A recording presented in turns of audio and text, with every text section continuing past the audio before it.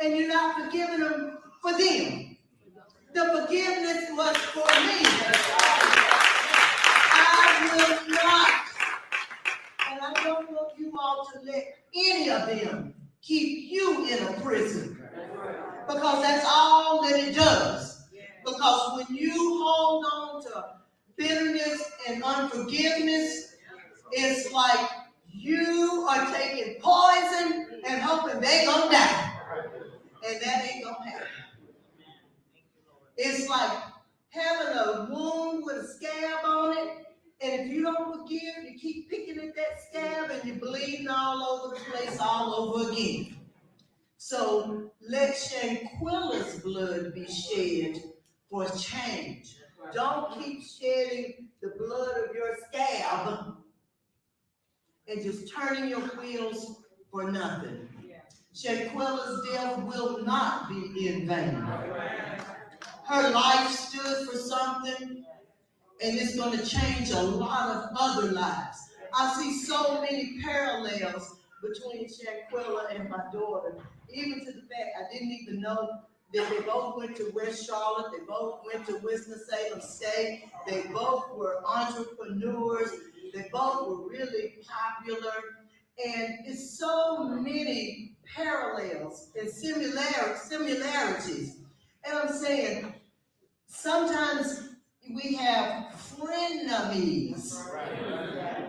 We don't really know if they're friends or enemies, because we can let jealousy take such a root in your heart, and before you know it, you're out committing a murder. You don't just start out, murderers don't start out saying, I'm just going to go murder somebody today. It starts in your mind. And I always use this poem about destiny. You got to watch your thoughts, because they become your words. Then watch your words, because they become your actions. Study your actions, because they become your habits.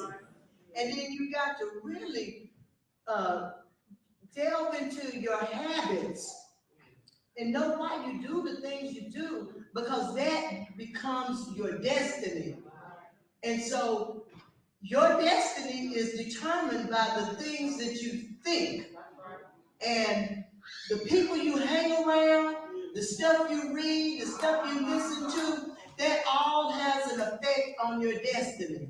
And so let's each one just decide to reach one, as someone else said earlier, in love. Let's get over this jealousy and bitterness and hatefulness and hardening of our hearts, and let us walk in love towards each other. And Charlotte community, give the Robinson family a great big hug of love right now. We can family unity with our love, and I'm here as an example of inspiration that you will make it. You can get through. Better days are ahead. Lots of tears are to be shed, but you will smile again.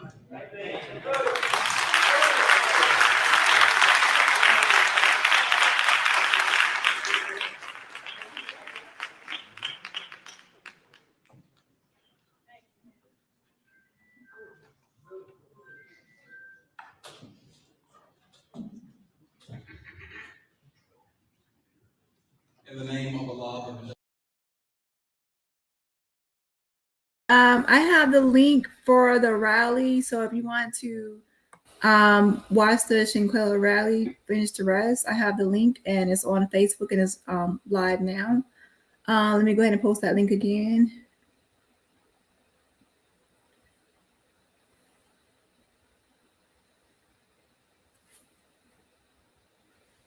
Because I'm not going to live stream their whole thing. Let's see.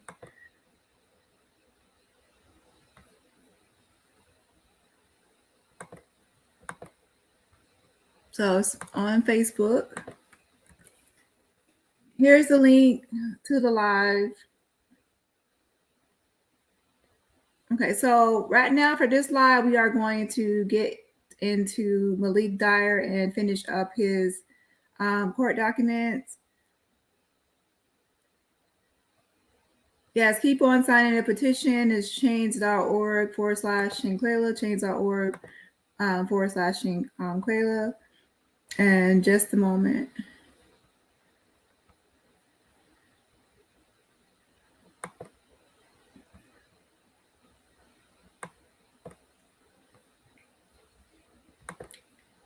Hey, everyone. Let's see who's here. We have hey Jessica, Sharon, Panther Queen, Betty. I don't want to use a name. Leslie, yes, praise his holy name. Justice for Shanquella Robinson and the family. Hey Ernestine, Brenda, and Jenny Penny. So, okay. In 2016, Malik was a plaintiff in a lawsuit, and his lawsuit was against someone named Jakeem Jordan and Ramondo Dolly. So that was 2016. And it says, so he was suing two different defendants. On or about March 18, 2016, at approximately 6:30 p.m., the plaintiff, Malik Dyer, a Connecticut resident, was a pedestrian on Burlington Street at or near its intersection with Cornwall Street in Hartford, Connecticut. Let me pause this for 1 second. Malik's family is in Connecticut, and a lot of them are from Jamaica. And the same thing with Dejanay. I noticed a lot of her family are in Connecticut. She went to school at Southfield High School in Connecticut.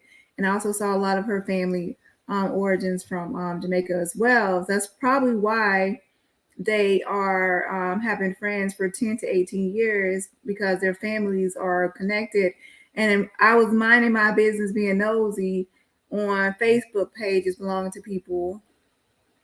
So his sister is having like a birthday party tonight at some club or some place in Connecticut. Yeah, and I won't get into all that, but it seems like life as usual for her. And his mom reminds me of a mixture of Michelle Obama and but she's pretty. What else? Yeah, so I was just minding my business being nosy, and I landed on some Facebook pages. So I see that they are why they are friends, because of probably their family, or like, you know how you have friends of the family type of situation. Yeah. So back to the lawsuit. So that's why I have other pictures of him that other people don't have, because I was minding my business being nosy and landed on some other pages of people connected. So yeah, let's see. At all times mentioned herein, I already read that. At this time and place, the defendant, Jakeem Gordon, operated a 2003 Honda Accord owned by the defendant, Ramondo Dolly, as an agent, servant, and or employee of said defendant. Ramondo Dolly within the scope of his authority from Ramondo Dolly. As such, at all relevant times, said vehicle was maintained and as a family vehicle by Ramondo Dolly, and was being driven by Jakeem Gordon, a family member within the scope of his authority as such. At this time and place, the defendant, Jakeem Gordon, operated said 2003 Honda Accord in a westbound direction on Burlington at or near its intersection with, why am I not showing the, okay, y'all have to tell me when I'm not showing y'all. I'm just talking and I'm not even showing y'all the document.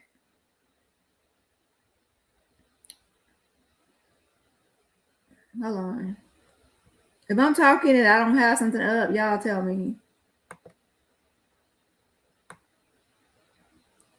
So here is the document I'm reading. Okay, so I'm gonna, just in case someone wanted to read this from here. Here it is.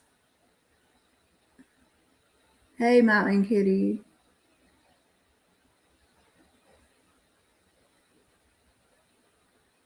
So yeah, his Malik's sister has been promoting her birthday party heavily, like the flyer, like a million times on her Facebook page. Let's see, and it's tonight. Yeah, December 10th. Let's see.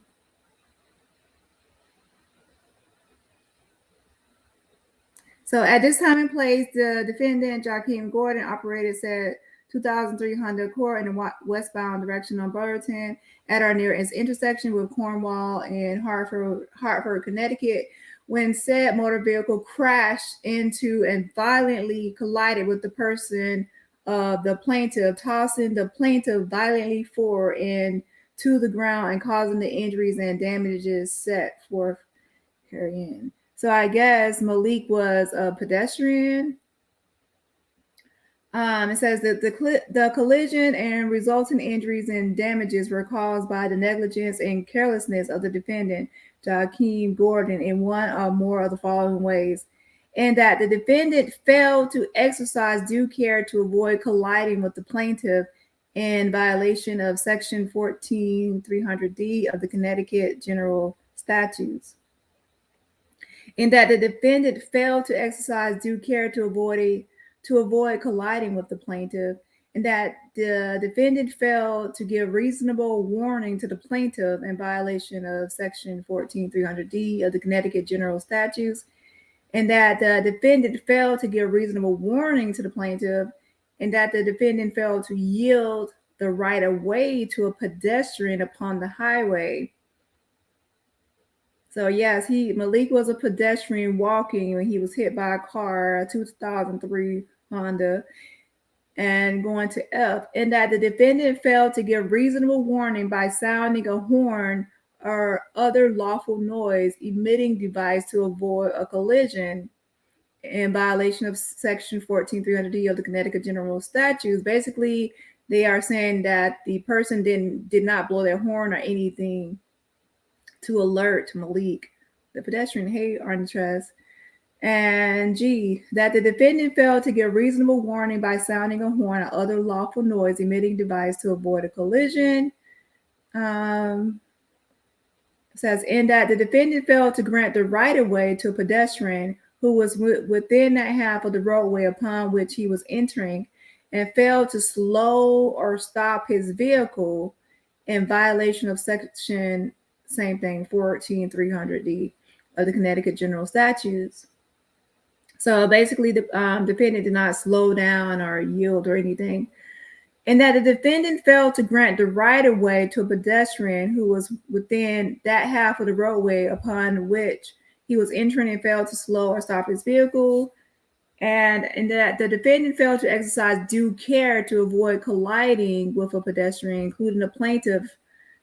And that the defendant failed to exercise due care to avoid colliding with the pedestrian. So basically, these are all things they are saying that the defendant did not do and why they should be held responsible.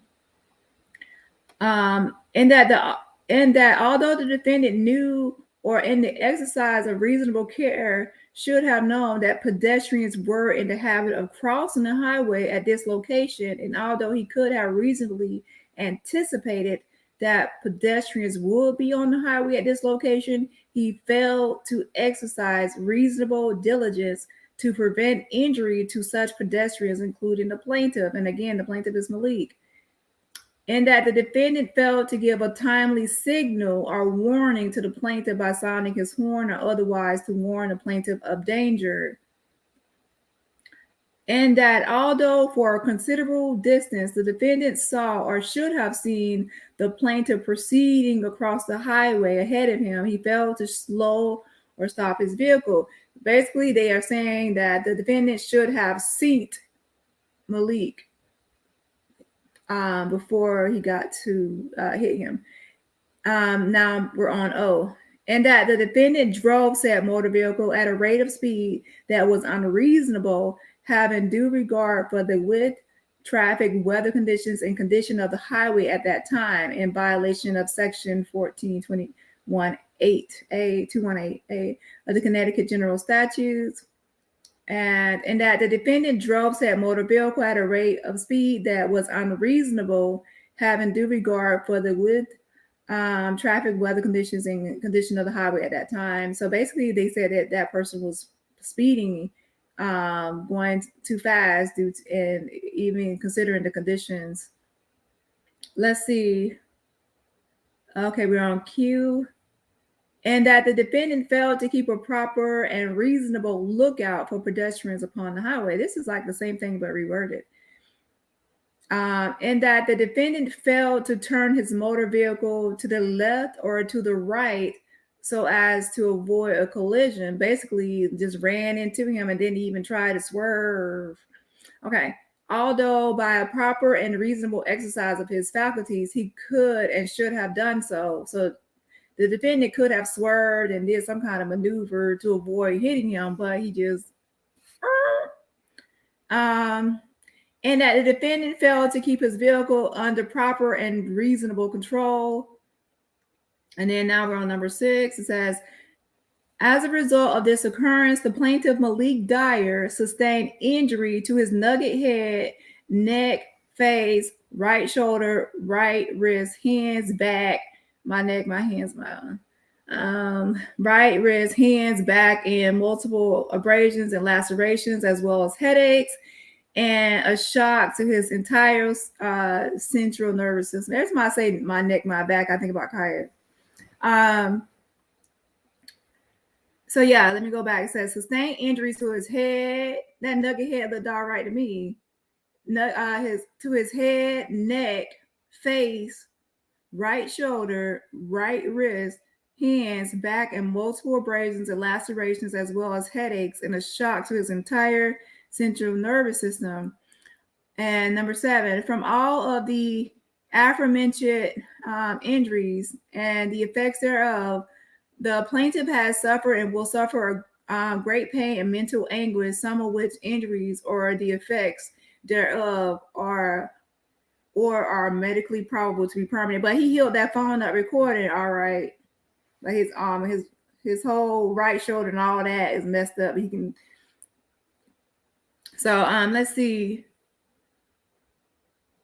Yeah, his right wrist and hands are old, but he can hold up a phone for a long time recording something without intervening and helping out Shanquella. And let's see, number 8. As a further result of this occurrence, the plaintiff has incurred and will continue to incur in the future considerable expenses for physicians, hospital, medical, and or surgical care, x-rays, medicine, physiotherapy, and or other care and treatment, all to plaintiff's loss and damage. Okay, as a further result of this occurrence, the plaintiff's ability to enjoy life and carry on his usual activities, hobbies, and recreations has been impaired and may continue to be impaired for his lifetime. I beg to differ. So I wonder if we can get our hands on the exhibits. So let's see. Count 2, 1 through 4. Paragraphs 1 through 4 of count 1 are hereby incorporated by reference as paragraphs 1 through 4 of count 2 as if more fully set forth herein. At all times herein mentioned, the defendant operated his vehicle too close to the curb abutting Burlington in an area where he knew or should have known that there would be pedestrians and at a rate of speed greater than was reasonable, having regard to the width, traffic, and use of the highway or road, the intersection of and weather conditions then and there existing. And at all times herein mentioned, the defendant operated his vehicle recklessly and that he operated said vehicle too close to the curb, abutting in an area where he knew or should have known that there would be pedestrians and at such a rate of speed as to endanger the life of the plaintiff, having regard to the width, traffic, and use of such highway or road, the intersection of streets, and the weather conditions then and there existing in a violation. Muchad is, how long is this thing? Let's see.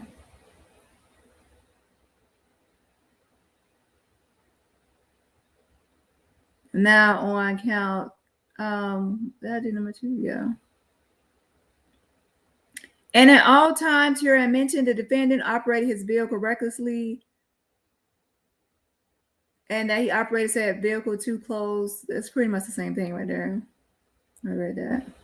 Okay, it says number 7, the resulting injuries and damages herein author set forth were caused by the deliberate or reckless disregard and violations of Connecticut General Statute section 14 through 21, 218A, and 14222 in the operation of a motor vehicle, and that such violations were a substantial factor in causing such injuries and damages to the plaintiff in violation of section 14295 of the Connecticut General Statutes as amended.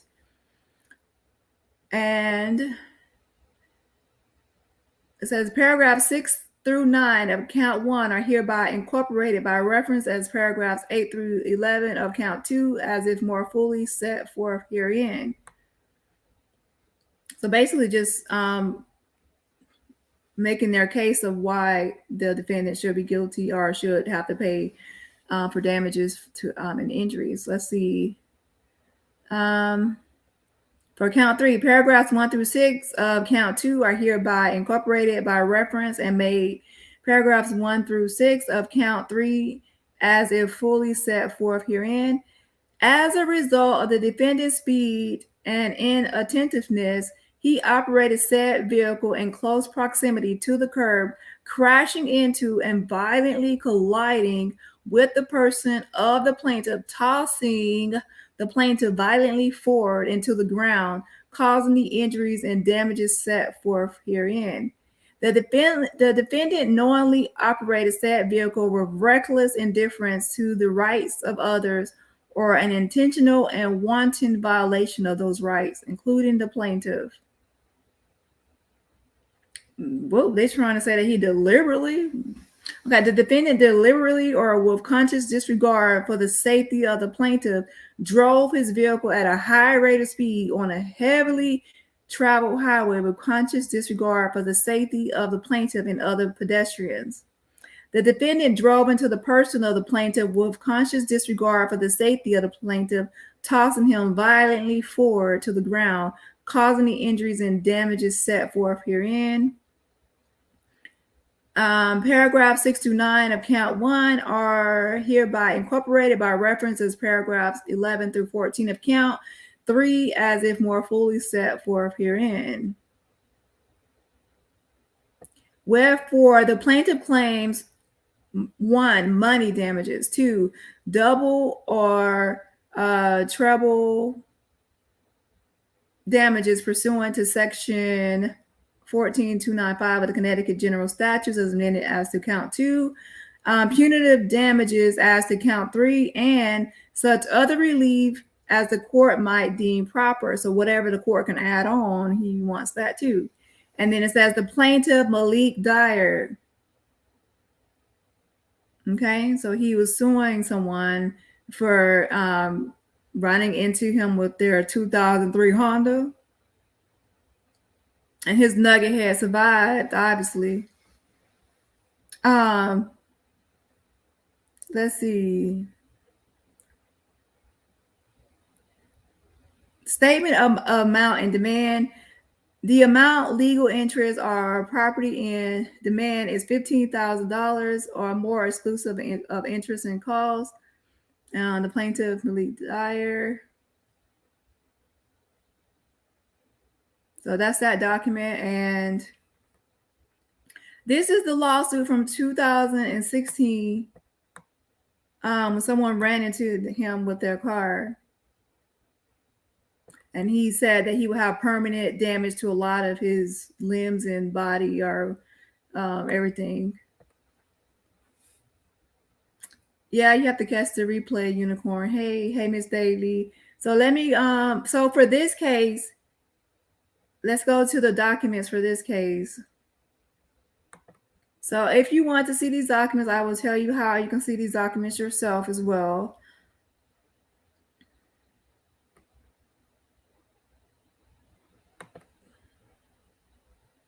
So you would just go to the state of Connecticut judicial branch. Okay. Okay. And then you would just go to case lookup in the left-hand corner. And for this, you would go to criminal motor vehicle. Oh, wait, my bad. Go to civil family housing. Click on that one. And then go to search by party name.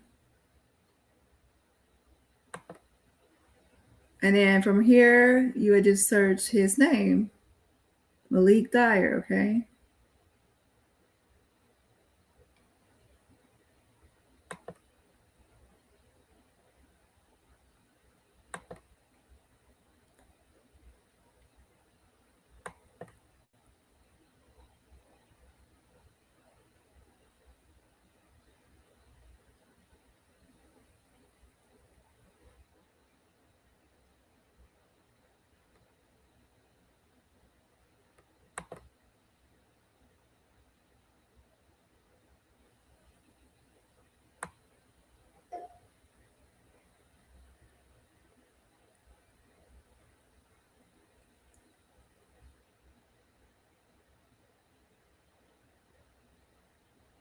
Okay, so let's see.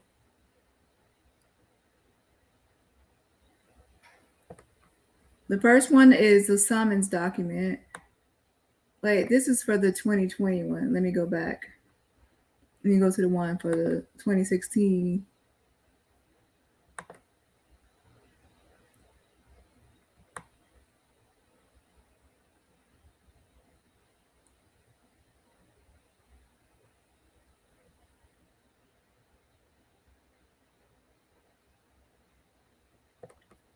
Okay, let me click on the summons.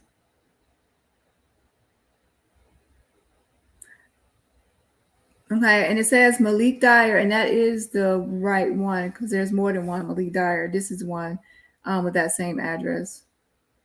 So let's see. It says the plaintiff, Malik Dyer, and then it has the two defendants that I just mentioned. So that's the first in the summons. And then the complaint is a second tab, and I already read that one already. That's the complaint, that long thing that I read for 9 pages. Return of service, supplemental return, motion for default, failure to appear. So let me click that one.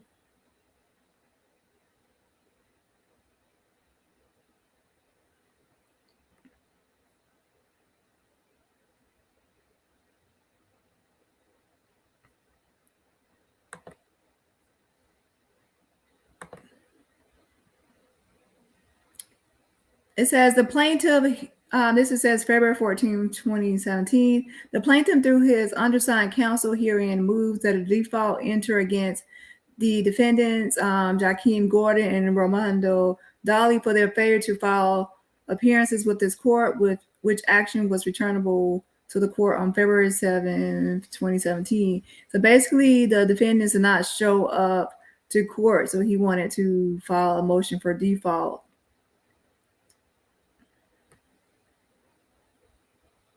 And then we have an order for 7 days later.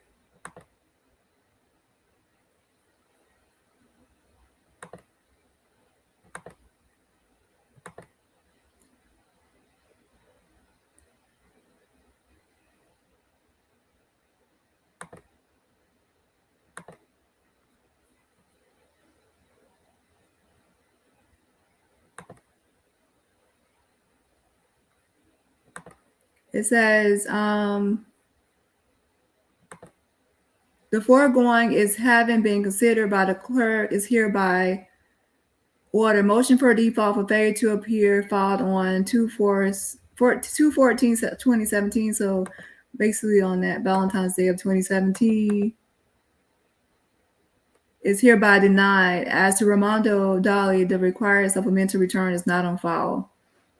So it was denied because a return of mail or something wasn't filed for the Romando person. but it was granted as far as Joaquin Gordon.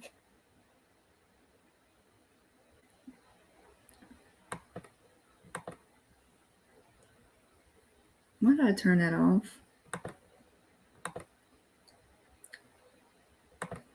Okay, the 2016 one is the one he won by default. Let me pull that up, the order on that one.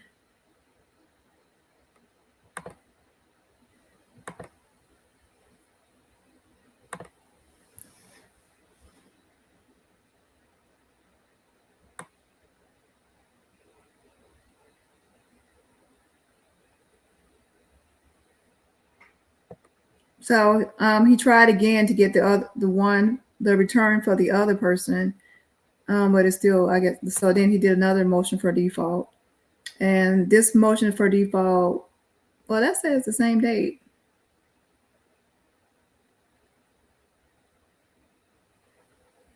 It's like the same repeat document.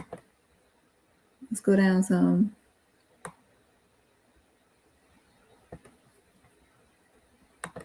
Let's try this one.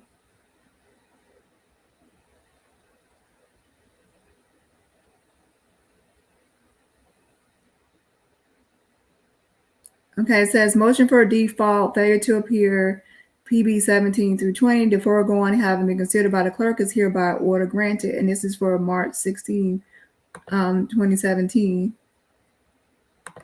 This document right here. So that's granted for the default.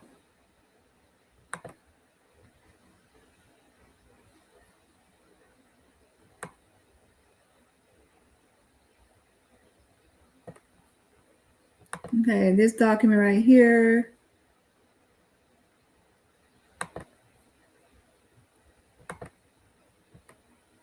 This one says packet of exhibits. It doesn't really say what's in it.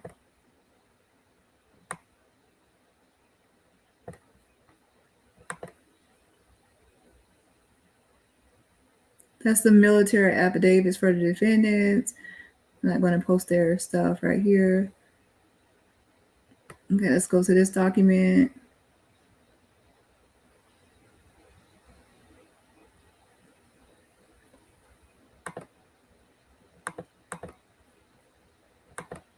This document dated May 17, 2018 is basically saying the following order is entered in the above matter order. Please file a proposed order specifically detailing what is being requested in damages. Judicial notice was sent regarding this order. So basically saying like, what are you, be specific about what you're wanting or requesting.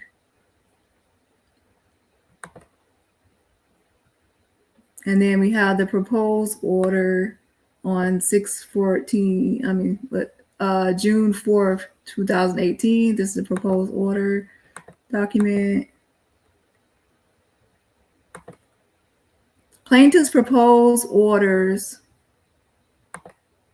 states, following a hearing on April 12, 2018, it is hereby ordered as follows. The defendant shall pay the plaintiff's medical bills in the amount of $11,958.05.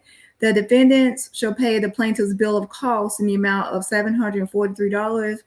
The defendant shall pay non-economic damages for the plaintiff's permanent scarring and pain and suffering in the amount of nothing is there. And the defendant shall pay the plaintiff's total damages in the amount of blank. It doesn't have anything filled in. This is just his proposal. Okay, and then now we go down to July 23rd, 2018.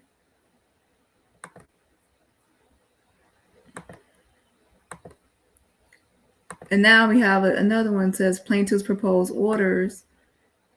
And now it has the other amounts. It says, I'll skip the first two. It says, added on to that is, the defendant shall pay non-economic damages for the plaintiff's permanent scarring and pain and suffering in the amount of $10,000.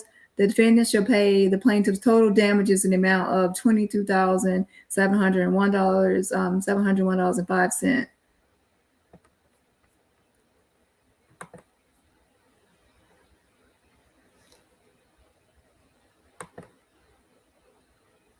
And then that was just a proposal, like what they proposed. And then now this is the order right here. Let's zoom in. Now moving on to September 6, 2018, it was order regarding the July 23rd, 2018 proposed order that was proposed. The foregoing having been considered by the court is hereby order granted. Disposition, judgment, author completed trial to the court, hearing on damages. Judgment upon default is granted as requested in the proposed order. So basically, he had a proposal of what he wanted, and it was granted because the person did not show up, the two defendants did not show up, so he won by default.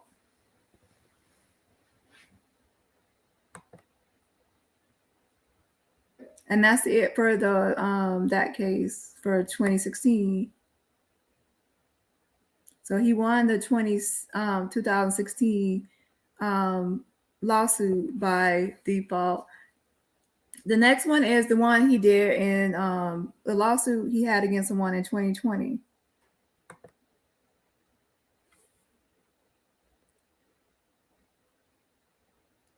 The rally is still going on.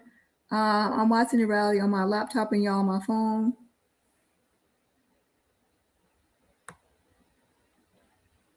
Yeah, I rescheduled this live for the rally.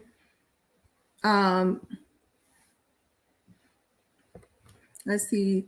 God gave him another chance at life, and he helped in exactly. God gave him another chance at life, and he helped in taking someone else's life. Exactly.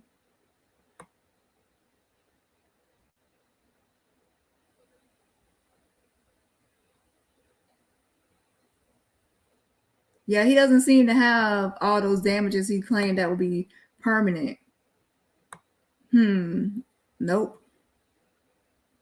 Okay, so let's go ahead and go to the 2021. Exactly, Anisha. His ass will be sued and going to jail soon. Okay, let's go. Hey, Trees.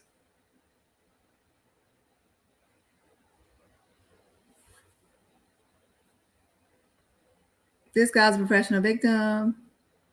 Okay, so let me go ahead and finish this other document. Hold on. Okay, so the next one is a 2020 case.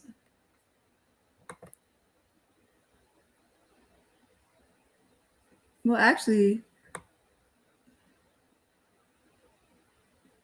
that's when it went to court. It didn't. It actually happened at the end of 2019.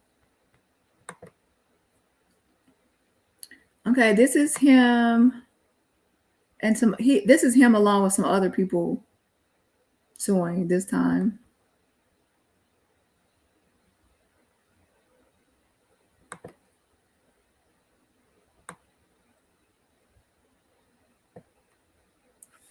Okay, it says, let me double check one thing first. 1 second.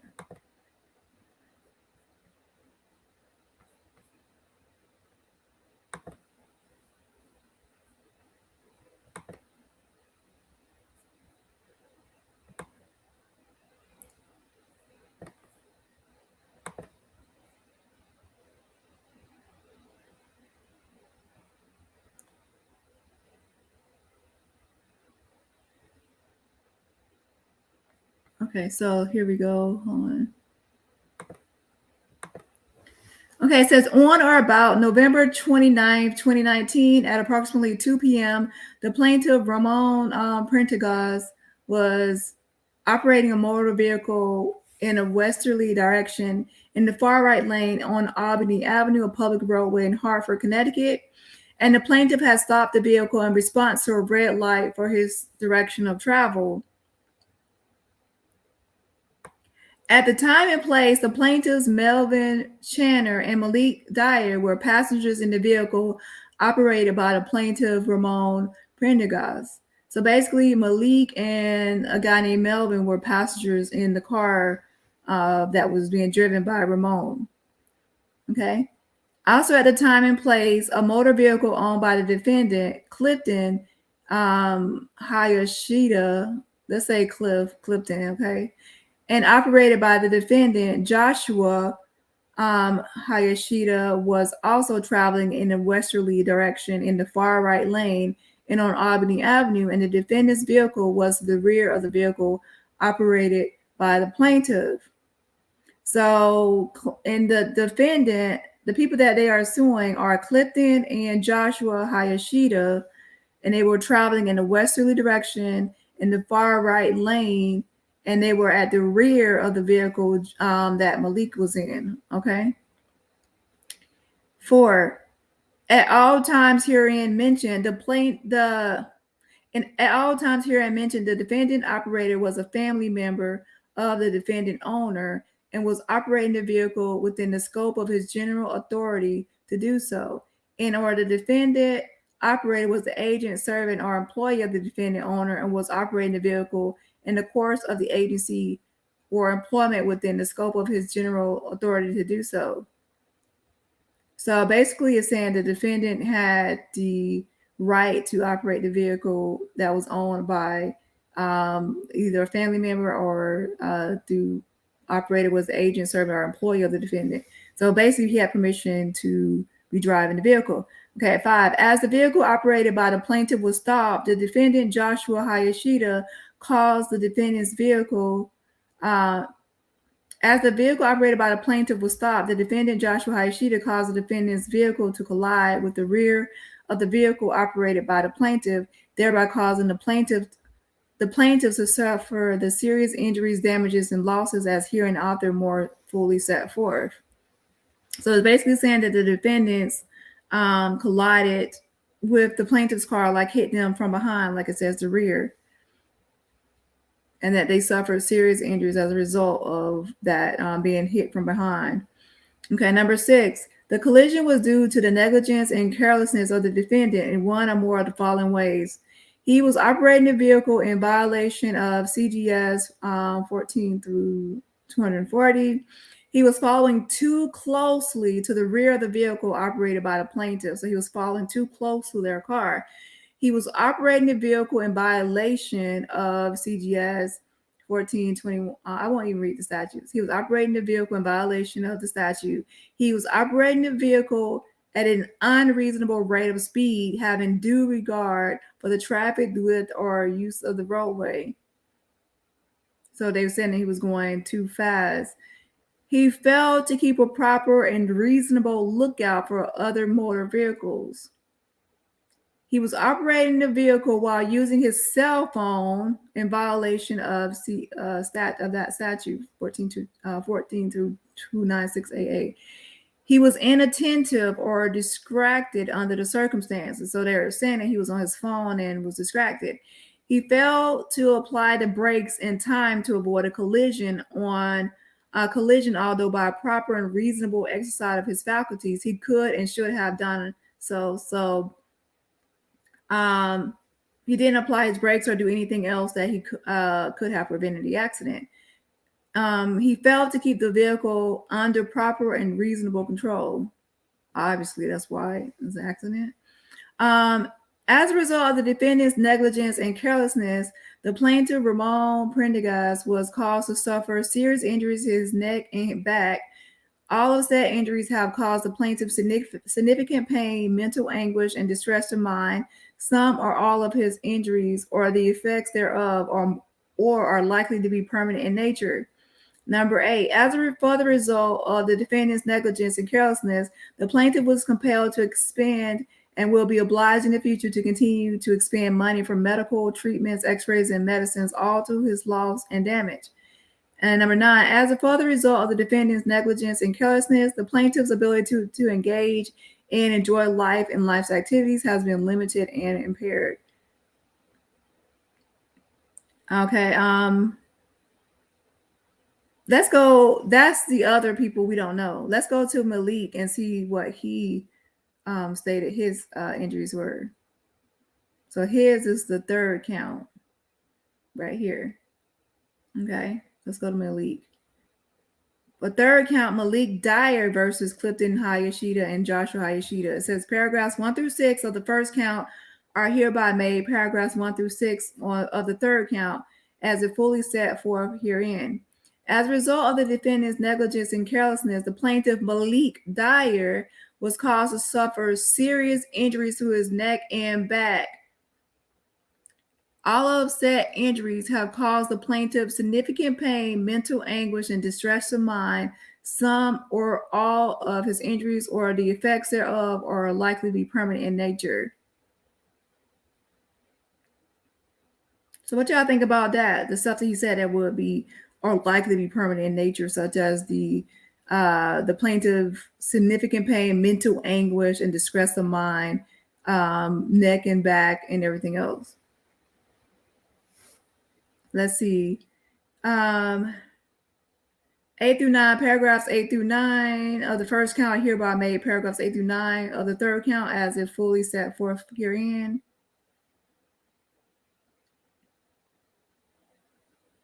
Okay, statement of amount in demand. It says the amount, legal interest, or property in demand exclusive of interest and costs is in excess of $15,000.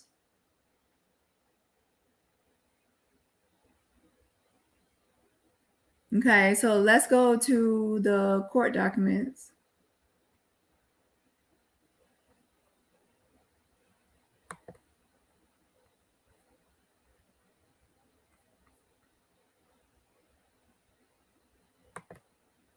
Okay, so that one was, we already saw the summons in the complaint.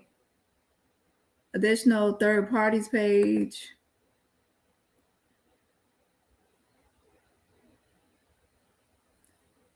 Okay, and this is the same Malik Dyer was that same address as the other lawsuit, okay? So yeah, that's the address. And then let's see. And then it says appearance.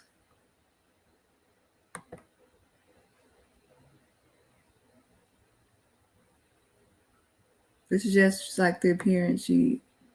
So let's go to the documents that are relevant.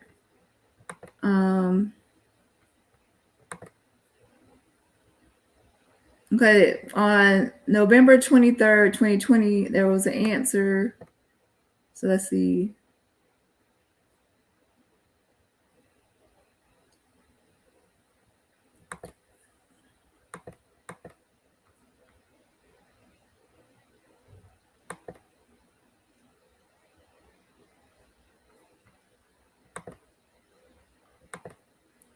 It says, first count Ramon Prendergast versus Clifton Hayashida and Joshua Hayashida. I don't need the first count. We just need to focus on the third count because the third count is one from Malik. Well, actually, they are just incorporating those answers. Hold on.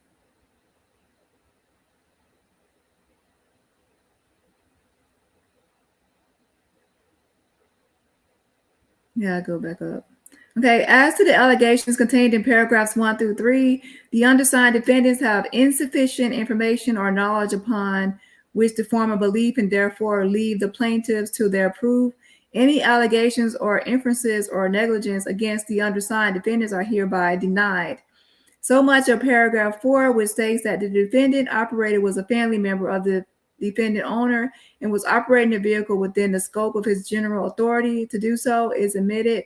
The remaining allegations contained in paragraph 4 are denied.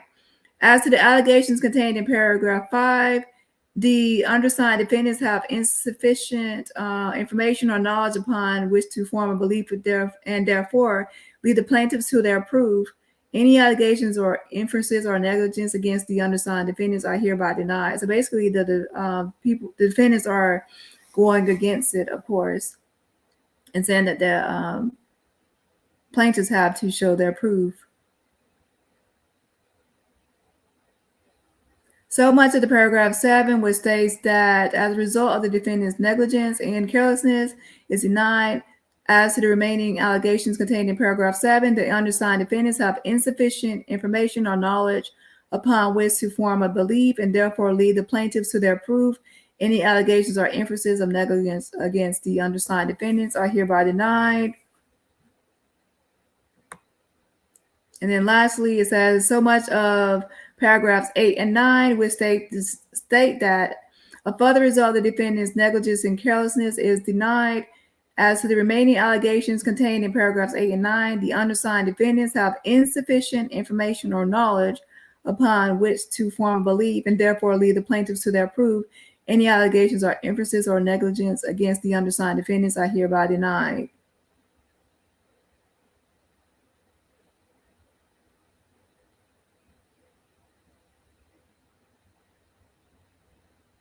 Okay.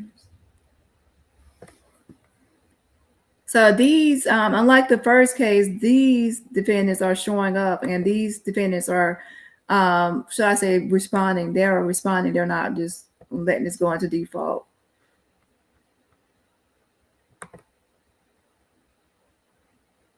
And then the next one says claim for a jury of 6.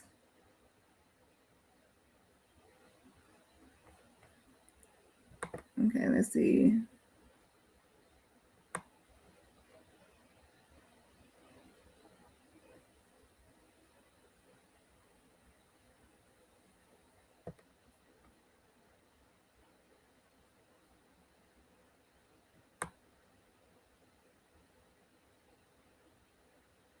So yeah, there's a lot of back and forth with these people right here.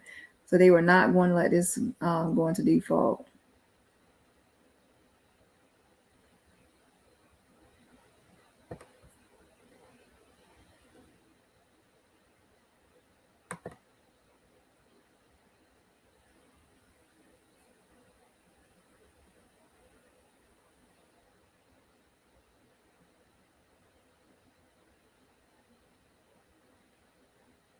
And this one says, order regarding 5/19/2021, motion for order of compliance.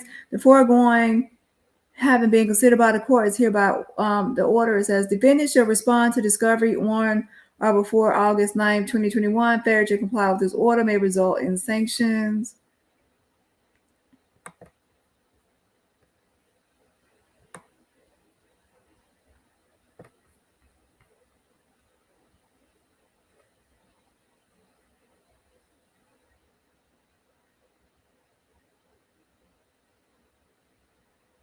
Let's see here. Let me see this one right here.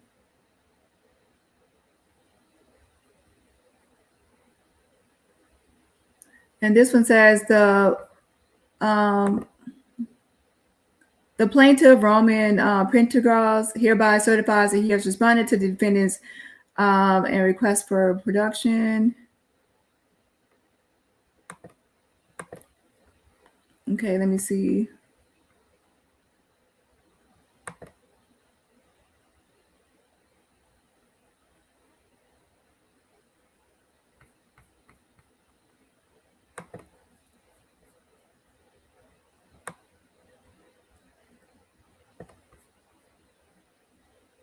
Okay, let me see. There's an order of compromise. Hold on.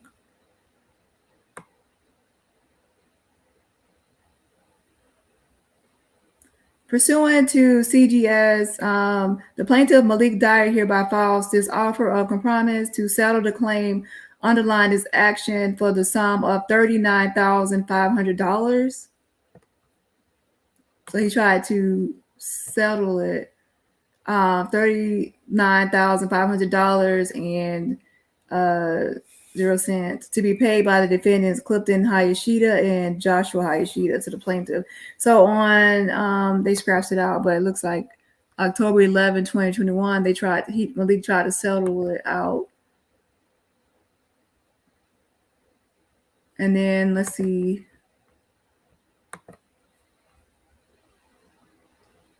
This one. Hey Casey and Tawana. Let's see, on this one it says the other person also tried to settle Channer that was also a passenger in the car. Let's see. It says plaintiff Melvin Channer hereby files this offer of compromise to settle the claim underlying this action for the sum of $40,000. So that person wanted $40,000 to settle, and that was for against the defendants. And those who order of compromise was done.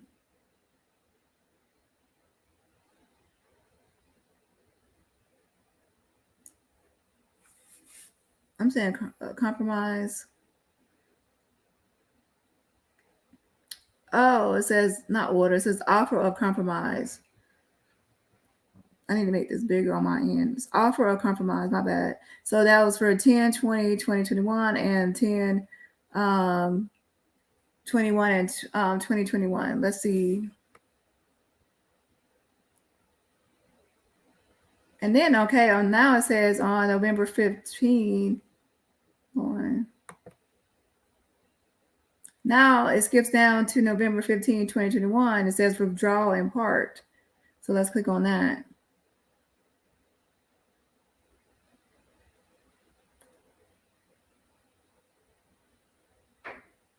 Okay, the following pleadings, motions, or other papers in the case named above are withdrawn. So it looks like on this one, Ramon is withdrawing on this case right here.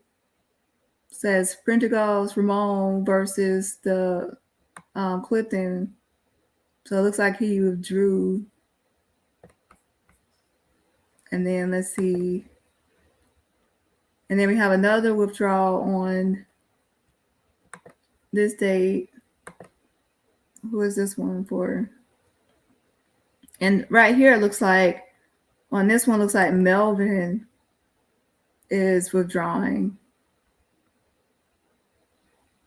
Yeah, it looks like Melvin is withdrawn on this second file.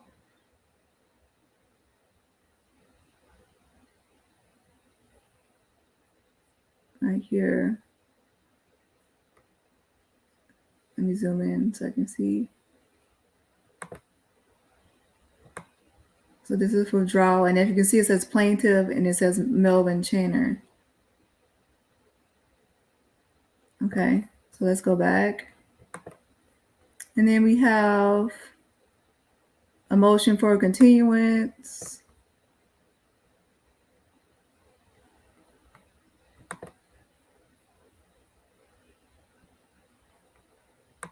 We have a motion for continuance that was filed.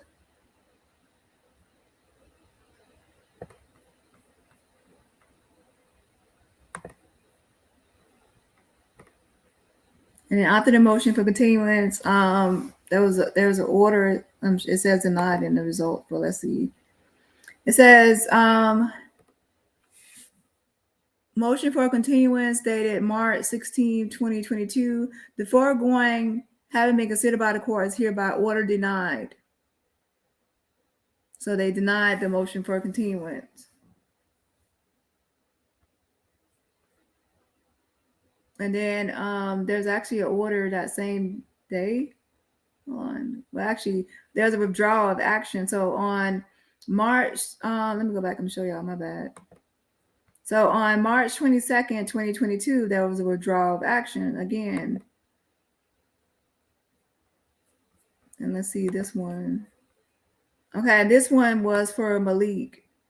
So first, that one guy, the printer guys or whatever guy withdrew, and then Channer withdrew, and then the last person to withdraw was Malik Dyer. See right there, it says Malik. So it says the plaintiff's action is withdrawn as to all defendants without cost to any party. So he withdrew as well.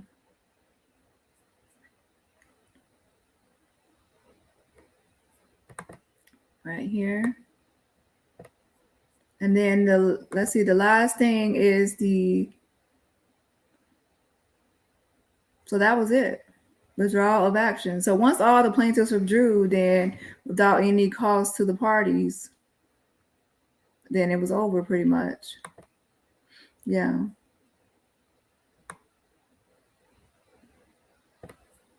Yeah, it says the plaintiff's action is withdrawn as to all defendants without cost to any party. So that was it. Yep. So the first lawsuit in 2016, where a car 2003 Honda hit him, ran into him, he won that by default because the person did not show up to court or respond or answer. So he won by default. The 2021 all of the plaintiffs like withdrew. So then that ended because those defendants were responding, and then they withdrew. They tried to settle it for like $35,000 to $40,000, but they didn't accept that settlement. So then they just finally withdrew it in the end. So yeah, and the other thing that was posted before was just him having some kind of driving under the influence charge. But I need to get more information on that. But watch the first other video from this morning to see details on that. So that's about it for this live. Just going over these documents. Once I get other stuff in, then I'll go over those other documents that come in. But as of now, I just have this. All right, y'all. So let me read a few comments, and then that'll be it for this live. Let's see. Hey, Avoidable Owl. Hey, Tara.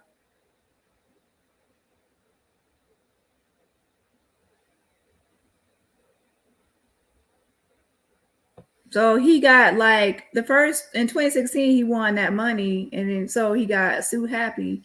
So then this time he thought about suing again. It looks like he had the same write-up as the first one.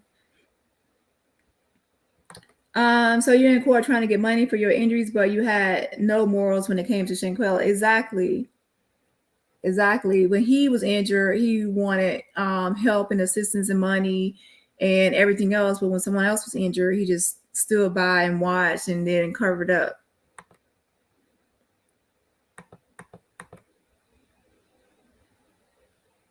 Thanks for modding for me, Jenny. Out of all of them, his name is rarely mentioned. This is interesting. Yeah, he's barely mentioned, even though he's like the one recording. Some people think that Khalil was recording, but when I looked back again, it looks like it was Malik recording because it looks like Khalil is to the side with the more fuller beard when he moves the phone over something. So let's see. But his sister's birthday party is tonight at some kind of club, so he might be going there. I don't know.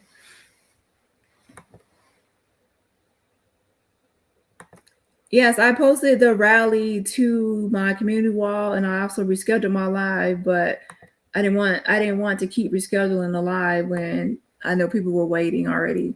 So I went ahead and rescheduled it for an hour, and then I went on. I'm actually playing a clip of it at the beginning of this live. Yes, the sentiment will be returned to him soon. Let's see.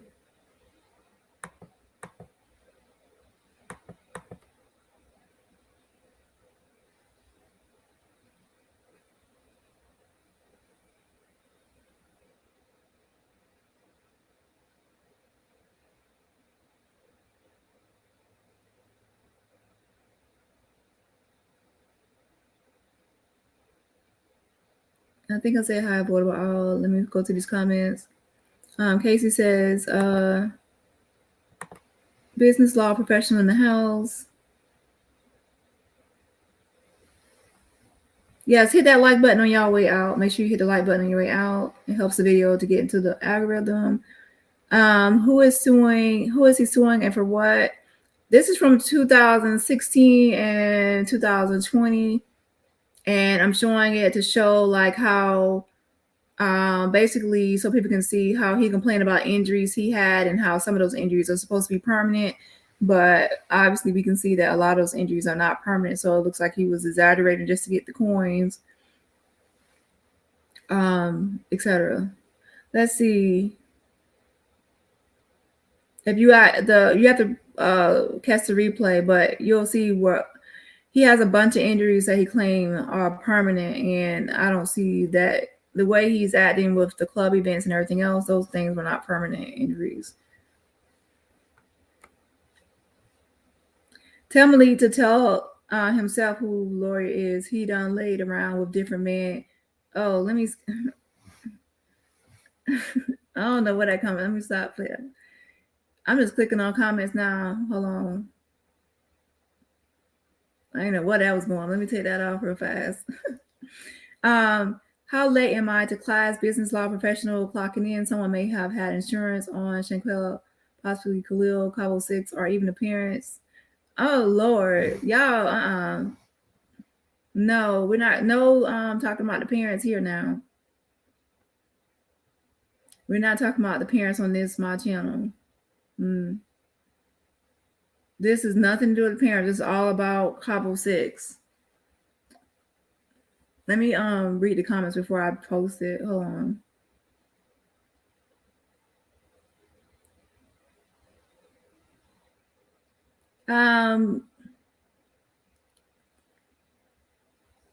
Let's see. He don't have any money to sue, right? That's why he's sue happy.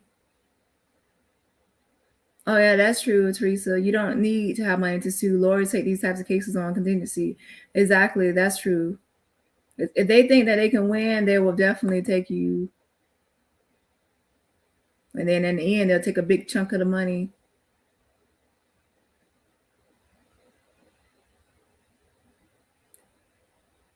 Yeah, he's the last person to sue, but he's the type that looks to me that he will try to find a way to sue. Usually, sometimes when people win one lawsuit, they get sue happy and they start thinking of ways they could sue people to get money. Okay, lifelong liar, yes. Okay, and keep in mind any comments I pin on mistake while I'm like tired, I do not co-sign just because I pin a comment. Okay, sometimes I just click through and I just pin something. But yeah, let me go ahead and get off here. I will talk to y'all later. Bye. Oh, let me to anyone that wanted the link, let me go ahead and click on it. Actually, I already tell you how to get to these documents. But for the people that don't want just to be able to click, let me go ahead and post the link. The link.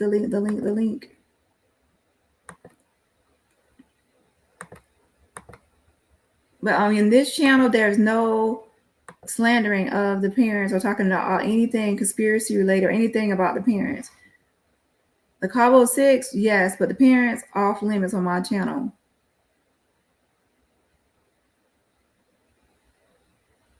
Also, no anything that's homophobic, transphobic, any of those kind of things. No, not on this channel. Let's see. Now we can get messy and we can get nosy, but some things we won't go or venture to. Okay, so here is the link right here.